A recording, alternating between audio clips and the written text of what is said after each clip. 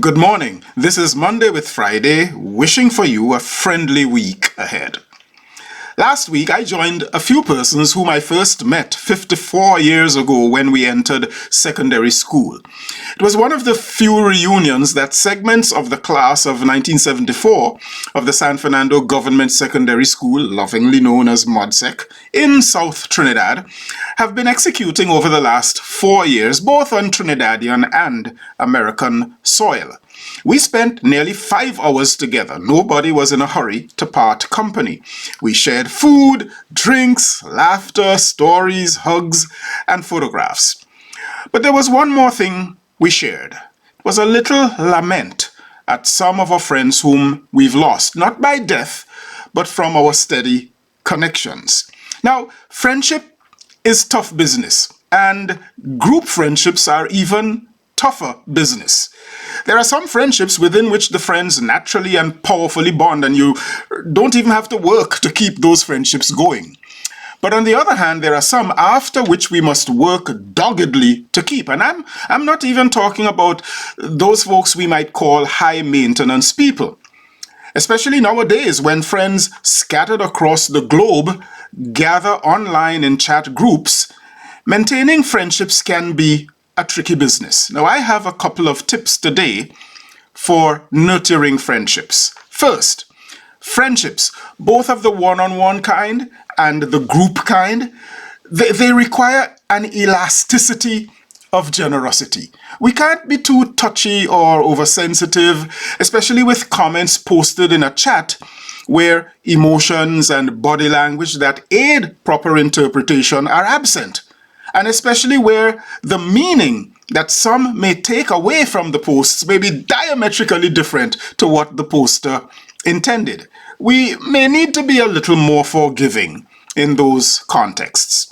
Second, especially in group friendships, and especially because of the great propensity for misunderstanding in the virtual space, we should be considerate about what conversations we generate and what comments we make and how we navigate those. I am not suggesting that we avoid discussions about religion or politics or other such topics, but we need to be sensitive to the fact that there are many perspectives and all are welcome, and be generous in our comments, not being dogmatic on one side or another regardless of what we believe. Now, we don't even need to respond to everything that is posted or said. And we certainly should go slow on taking offense at something that somebody says. We should be aware of our own biases, of our own idiosyncrasies, and those of our friends.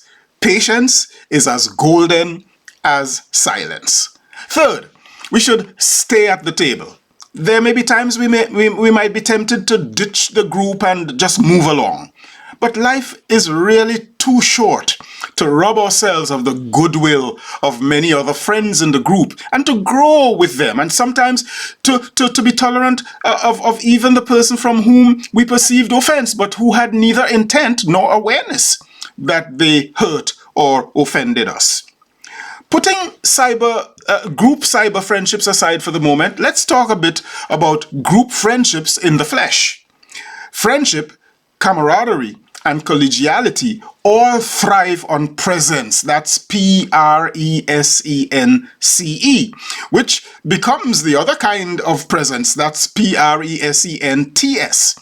The best gift that friends can give friends is presence. I'm really disappointed when, in my profession, for example, where we learn from one another and in our several places of operation ministry are really all aiming at the same goal. I'm disappointed that when colleagues retard or otherwise hamstring true friendship and fellowship by staying away, remaining aloof, and absenting themselves from engagements that enrich relationships and friendships and enrich our professionalism, especially in that context where persons emerge from those groups to be leaders of the rest of those groups. I am adamant that a person has no right becoming my leader if he or she shall not be my brother or sister or friend.